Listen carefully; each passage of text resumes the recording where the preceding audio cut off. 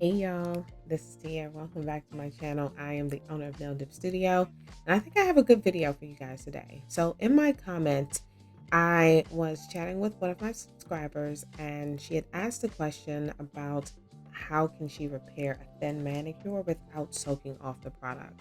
And I thought this video would be probably really good to demo and to show you guys how you can actually repair that. So usually what happens is, let's just say you did your dip manicure earlier that day.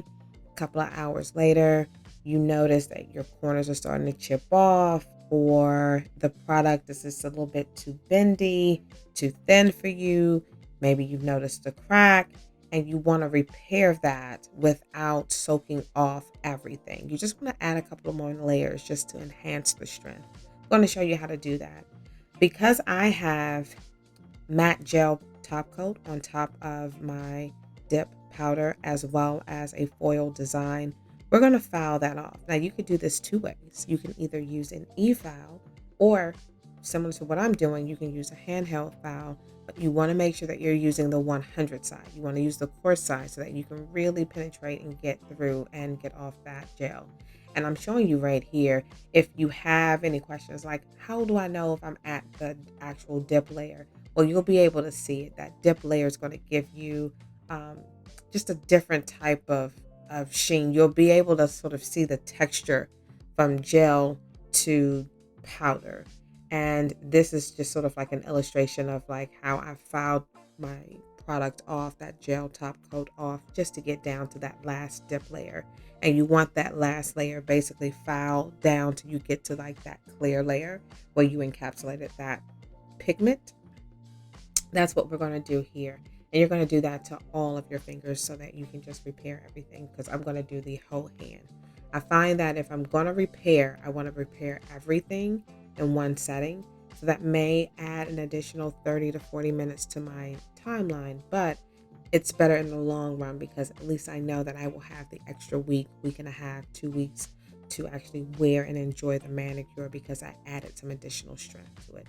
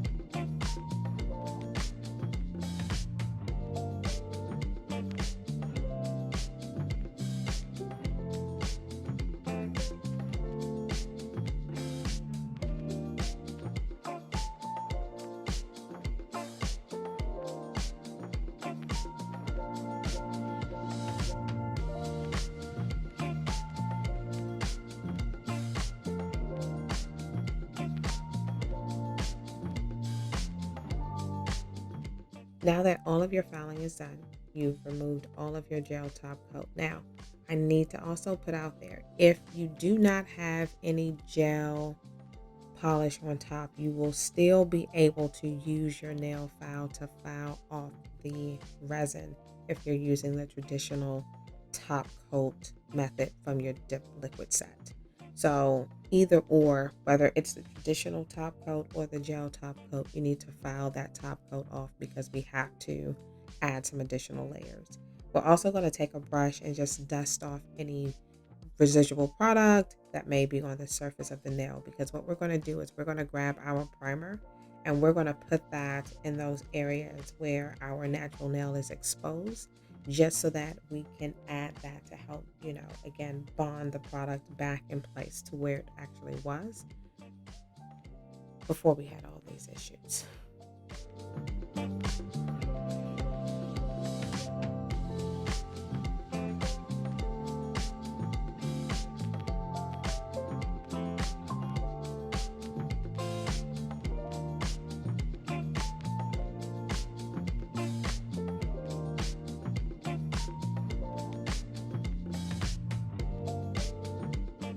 Now I'm using step number 1, and that's going to be the primer.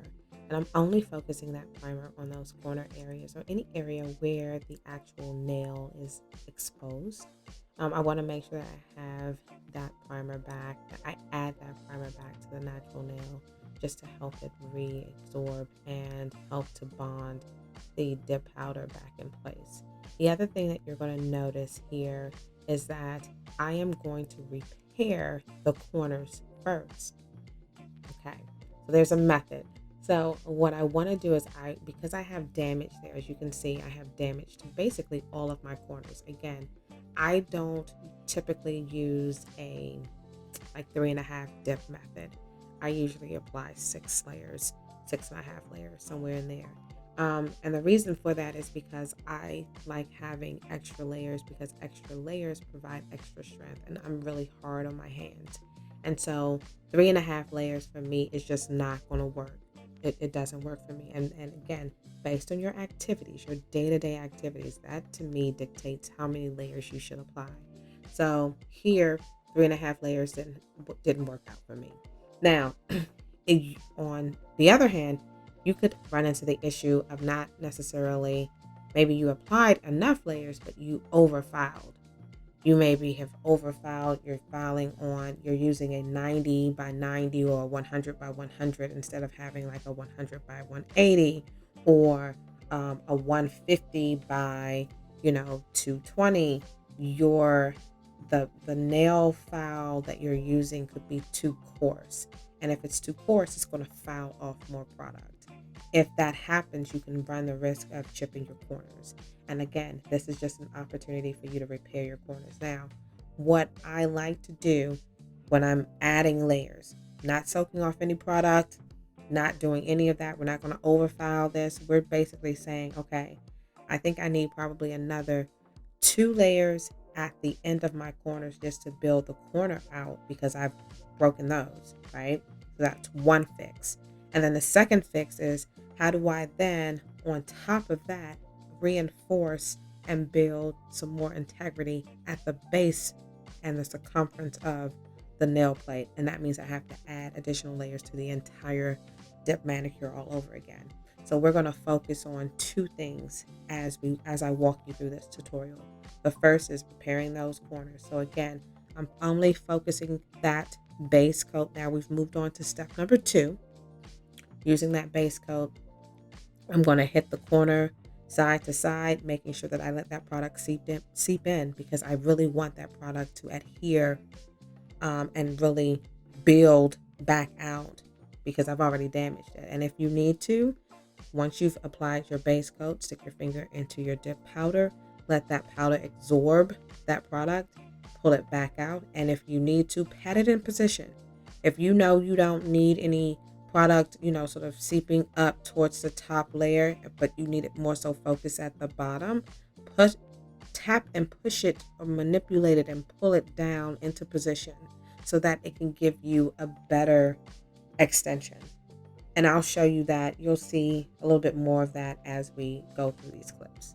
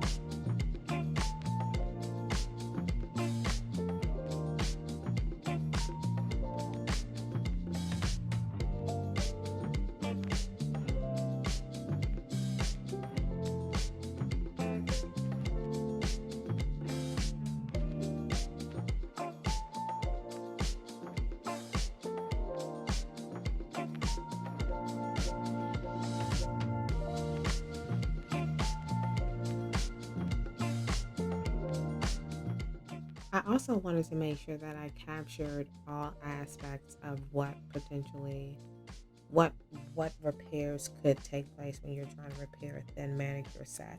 So sometimes it's the corner, but then also too sometimes it could be the side wall.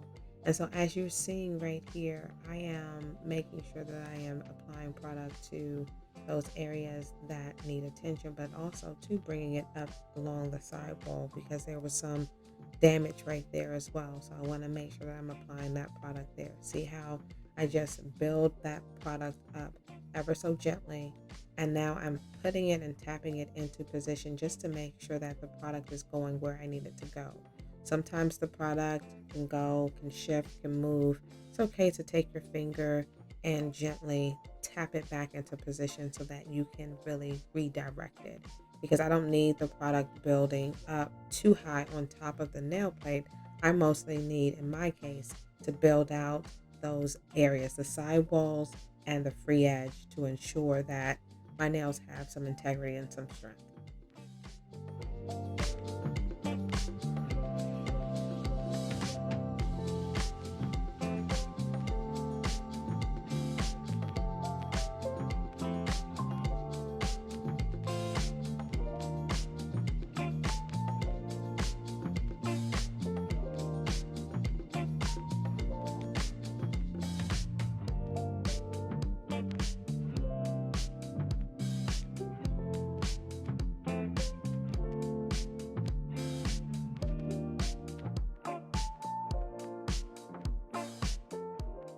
Now that we've applied our 2 dip layers to repair those corners, we're going to dust everything off.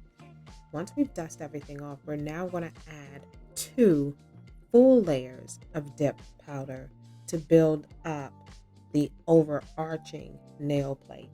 And again, it's going to add as a protective barrier for those areas that we just enhanced or repaired, but then it's also going to add some strength to the top part of the dip manicure. Again, the goal was not to take this off.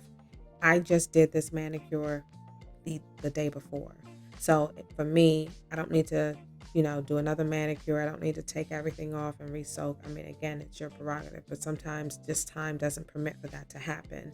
So if you find that you're in this particular situation, repair those trouble areas first, then apply a thin layer and add maybe two more color layers just to really solidify and bring the additional layers that you're adding all together. So now you're forming a different union on top of. It's like another layer on top of the layer that you already had. And notice how I'm ever so gently just tapping the product back in position because I don't want to have a lot of filing to do. So I'm making sure that I'm only applying the product where the product needs to go. And if any product moves or shifts in the course of the application, I'm just going to tap it back into position so I don't have to do all of this cleanup on the back end. We're still going to have to file, shape, and mold the nails, but it's not going to be as if we're starting from scratch.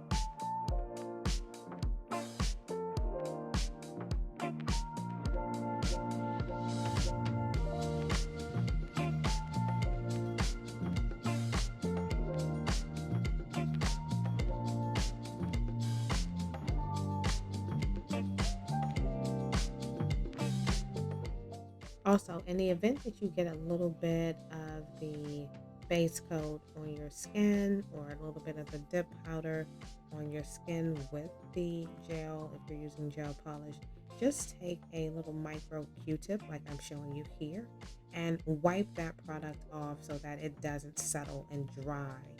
You can always get it off at the end, but I prefer to like just take everything off while it's still semi-wet. Now, when I get to my thumb area, um, that's an area where I had a major, I think, crack here. And what I'm doing in this particular case, I'm going to let my fingers sit in that powder a little longer than I normally do because I want to make sure that I really get a good marriage between the powder and the actual resin in this case. So I'm going to do that right about now, and I'll show you. See how I'm also reinforcing those corners? I want to make sure that I seriously have enough powder and product on that nail in order to make sure that I don't crack it again.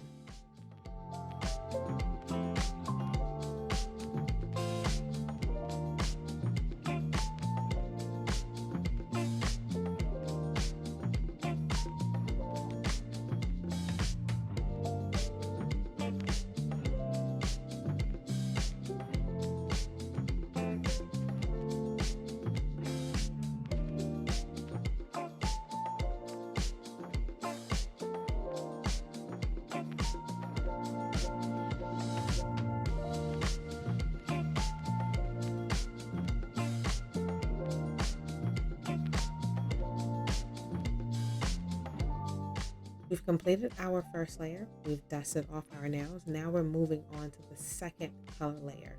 Again, we're adding and repairing a dip manicure. You can do this, but you just have to make sure that you're adding enough layers to ensure that you have the type of results that you want from your overlay.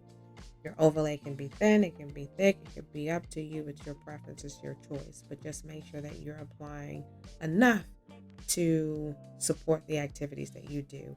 In my case, I already had 3.5 layers on. When you're filing your nails, you're probably going to file off like a layer, realistically, real talk. So if you're filing that off during the filing and buffing process, now you really only have like 2.5 or maybe 2 layers, not the 3.5. So sometimes by adding more layers, it allows you to file off, a layer, layer and a half, and still have the strength that you're looking for. In my case, I started thin and now I'm adding on top of that. So this would have been what would have been a normal dip application for me, in the long run. I normally put around 5.5 to 6.5 layers on my fingers just because I like that strength.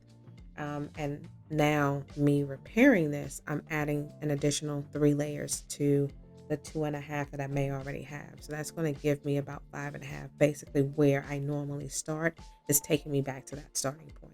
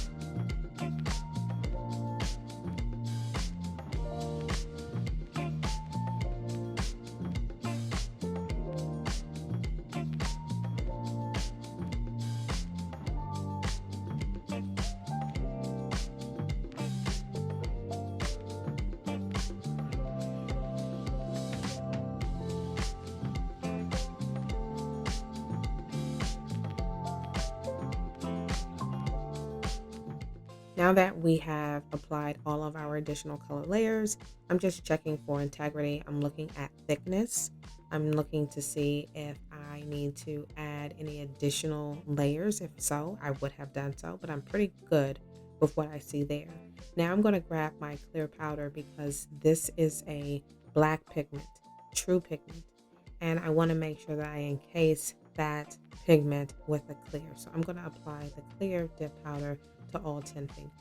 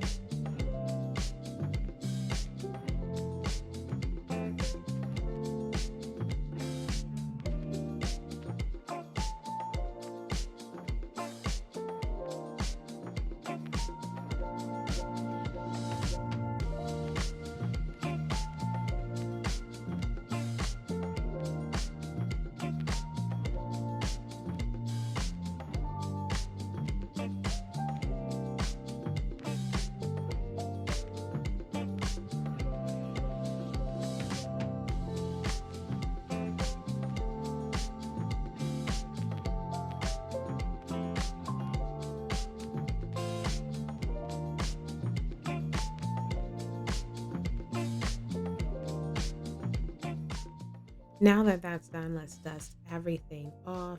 And we're going to grab step number 3, which is our bond.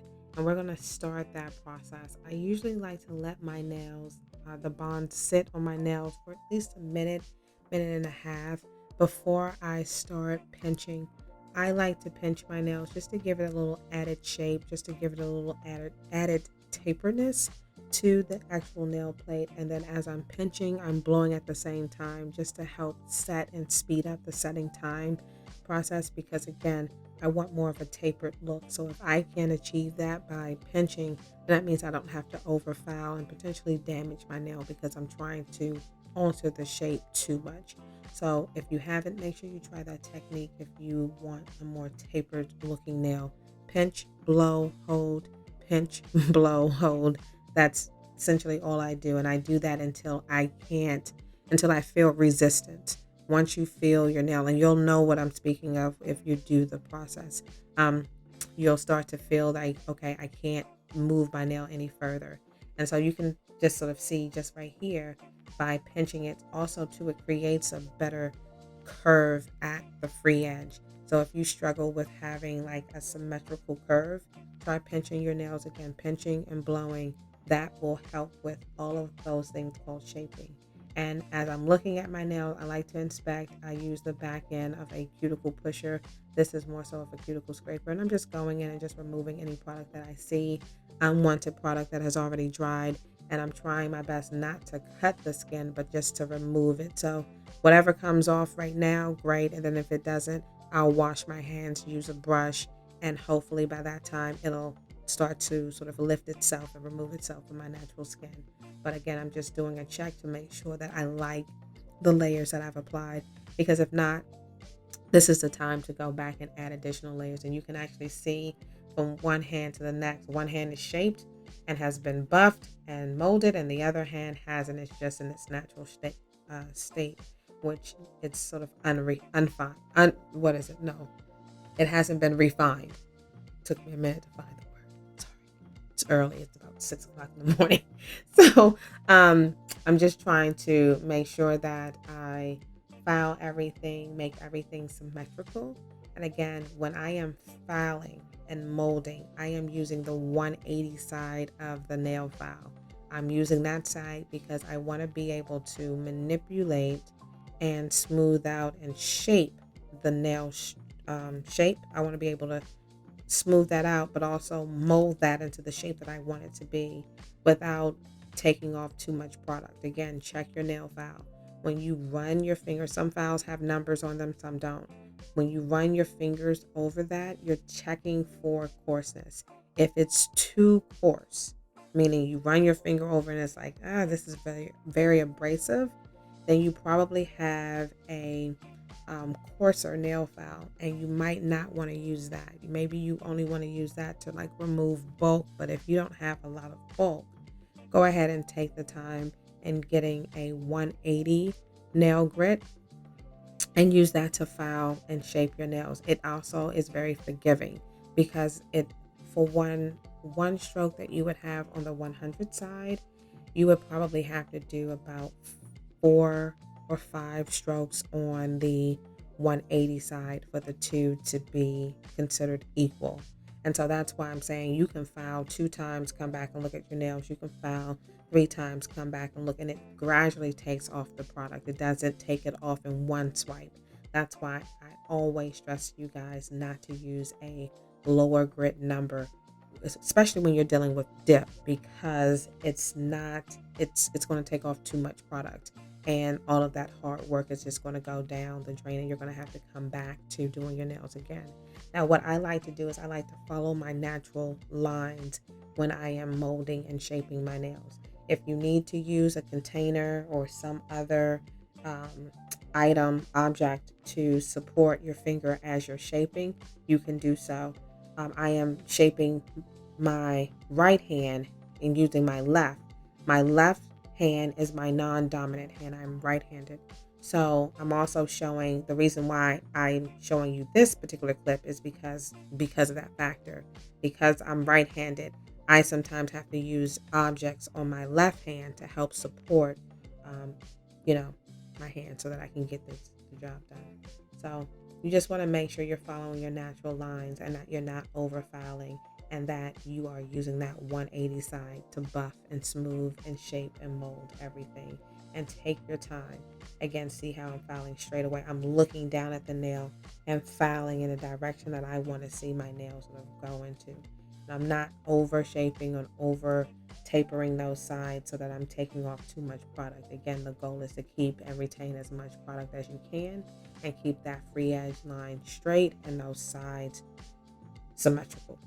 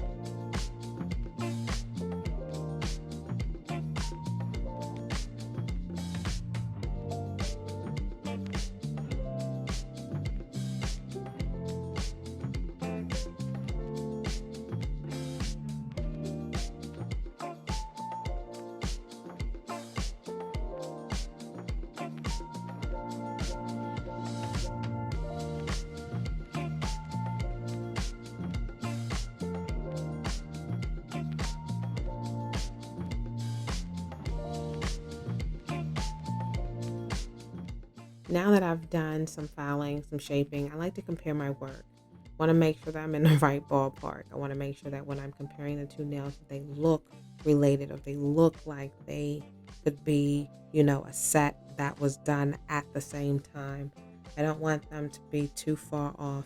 And sometimes that happens. So I like to check my work as I go just to make sure that I'm shaping and filing and comparison to the other hand, especially when I'm using my non-dominant hand, because that hand, sometimes it's not my dominant hand, so I can struggle with that a little bit, as many of you probably do. So I like to check as I go instead of getting to the end and checking. It's something that works for me. So just a little tip that I thought I would insert here. Just make sure you check your work as you go. And again, if you're using your non-dominant hand, and you probably are, then get an object to help prop your hand up. It's okay. I do it. I have no shame in my game. I will use that container to hold that nail up, to rest that hand, just so that I have the ability and the flexibility to be able to manipulate and mold that. In a heartbeat, I'm going to grab something. So make sure you grab something to stabilize your hand if you're using your non-dominant hand.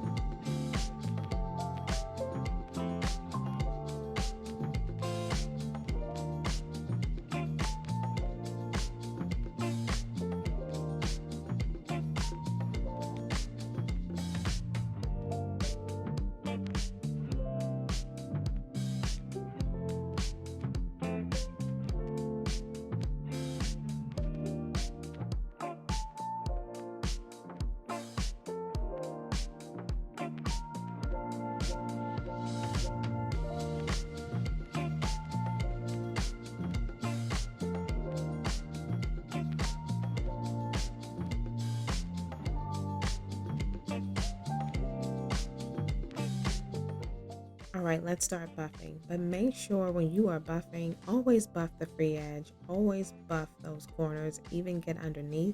Even if you have barely there nails, you can still sort of pull that skin back and let that buffer get up under there to smooth that texture, any texture that may be there out. You also want to make sure that you're going around and you're getting and removing the texture around the side walls and the cuticle area just to ensure you have a smooth surface. I don't care if you're using a traditional top coat or if you're using your gel top coat. One of the most, I think, critical steps in doing any manicure is making sure that the shaping and buffing aspect is done correctly. So always apply, some time to buff out your nails, at least 2 minutes per hand, just to ensure that you have a nice smooth surface. And see, there you go. That's what you want to get at the end of the day.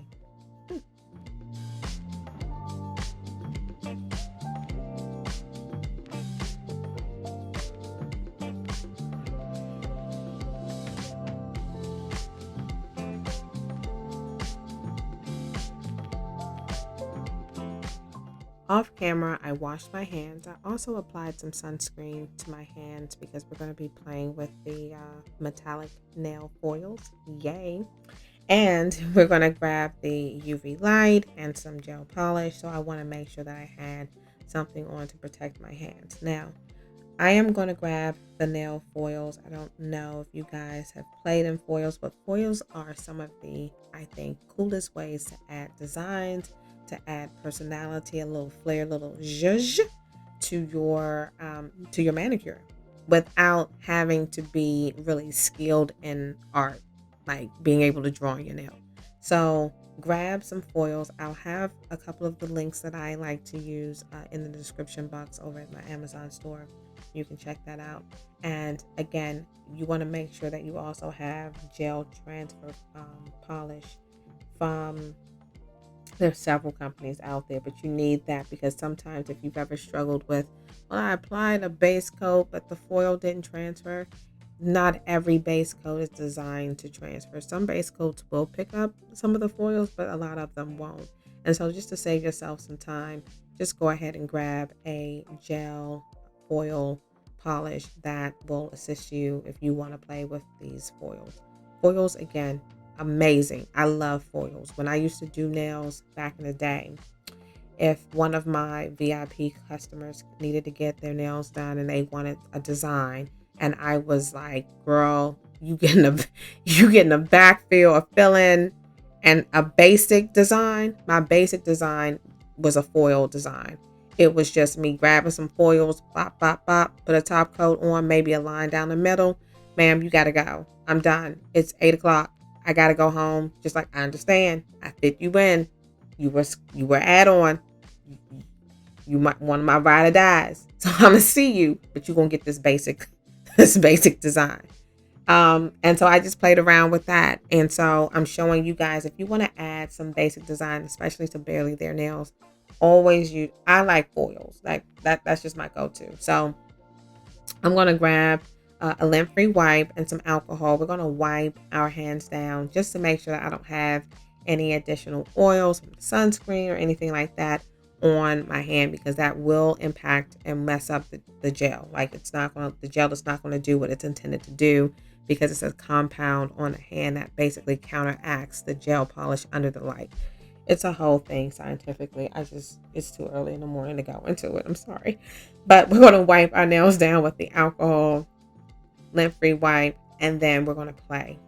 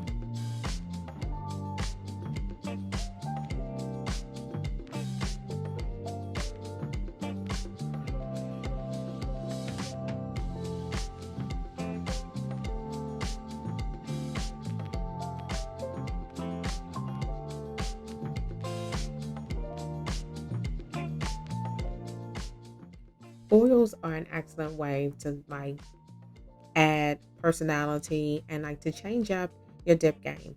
Every now and again, don't get it twisted. I love a classic dip manicure, just crisp, clean, no extras, just like the high shine of the gloss of the polish or the high shine of that top coat being on top. Oh, it does something for me.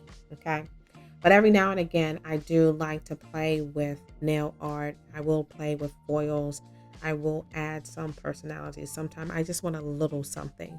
I find that playing with foils gives me just enough personality without taking my dip manicure to a place where it's too bunchy and crowded, or it just doesn't complement my hand. So I find that the simplicity of having foils still allow me to have some personality without making my nails just too crowded. And when you make them crowded, to me, when your nails are overly crowded, it adds unwanted bulk. It either takes away or widens the nail. And I find that when you keep it very simple, it somewhat elongates the design, and it doesn't. Sometimes a crowded short design can take away from the nail. It does something weird to me from a viewing I don't want to say it. It's too much. But I like the simplicity of foils, basically, is what I'm trying to get to. Sorry. So when you're playing around with foils, get like they have foil kits out there that have like a 30-piece set. Play around with it. Some of those patterns that you look at and you might say, I wouldn't put that on my hand. Try it and see. Try it with a basic color and see if you like it better. And it might change your mind. Doing the foils, definitely something very, very simple, very easy. When you're applying that polish on top of that dip manicure, and I did not apply the base on purpose because I want the design to be under the base and a top coat layer. So there's a reason for that madness. I'm basically creating a sandwich. But whatever I did on my left hand, I'm going to do on the right hand. And I like to go back and forth, just to ensure that the progress is consistent and it's even. And then I do one final flash cure at the end just to make sure everything is sealed in.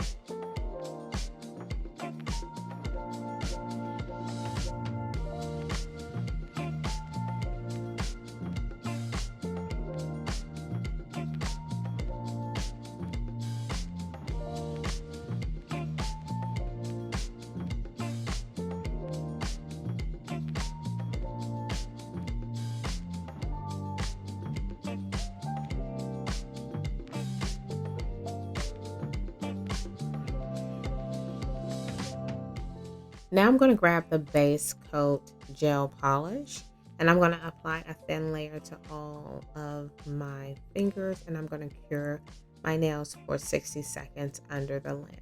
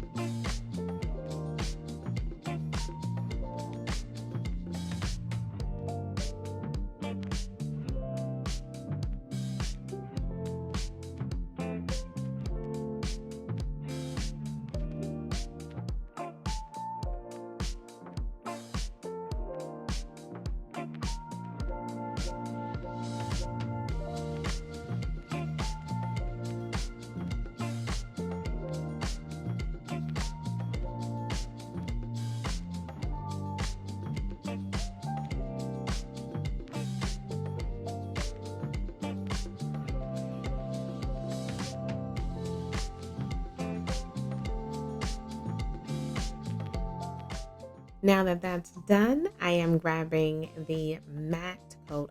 It's something about black with a matte gel coat. What? It's amazing. I'm going to grab that matte gel polish and I'm going to apply 2 layers of that on top of that base coat. And one of the things that I would say, because someone had asked me in my comment sections, well, how do you know if the matte polish actually took or not? When you apply your matte polish onto your base coat, after you've cured it for 60 seconds and pull it out, anything that still has a high shine area to it did not get any of that matte gel polish on top of it. So you want to make sure that you're adding additional product there to ensure that you mattify everything from side to side, top to bottom. So that's one of the ways that you can check after you've cured your nails. You'll see whether or not, oh, on this side I have a little bit of shine right here. That's still the base coat. So I need to apply a little bit more of that matte gel polish just to dull that out, to make it more in sync with everything else. So just take your time and you'll be able to see it. But when your nails come out from under the lamp at this particular stage, it should be all matte looking. And if it's not, those are the areas that you need to apply additional product.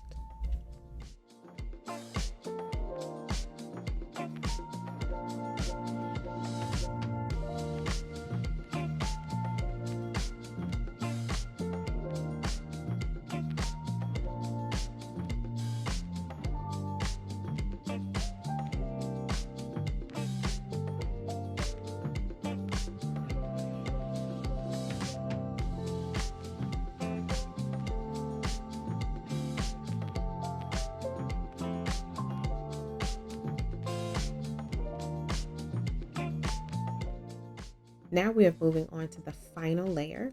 We are applying the last layer of gel polish, still using that matte gel top coat, and I'm using that in the shade clear. And we're just going to use this to add that additional layer. And to me, it's something about matte top coat with those darker shades. It makes your hand, to me, it adds youth to your hand. It doesn't take or age your hands. It has, like, there's a degree of confidence you have to wear a matte nail polish. Like, I purposely wanted my nails to look dull because I knew I could make it look fire. Like, it's that type of mindset. And I had that mindset. Yeah. So, I hope you guys enjoyed this video, this tutorial. Again, the shade that I'm rocking, this is LongNight, and the matte gel top coat is also available on my website, naildipstudio.com. As always, it is a pleasure getting up and talking with you guys and creating content like this. If you're interested in some videos specifically for an issue that you have with your dip manicure, leave a comment below and let me know that you would like me to create a video in that particular regard, and I will try my best to create it. Or at least if I can't do it utilizing my natural hand, I will use my practice hand just to get that content out to you guys. I want to make sure I'm helping you along your dip journey. Thank you so much for supporting my channel, and until we meet again, keep dipping. Bye guys.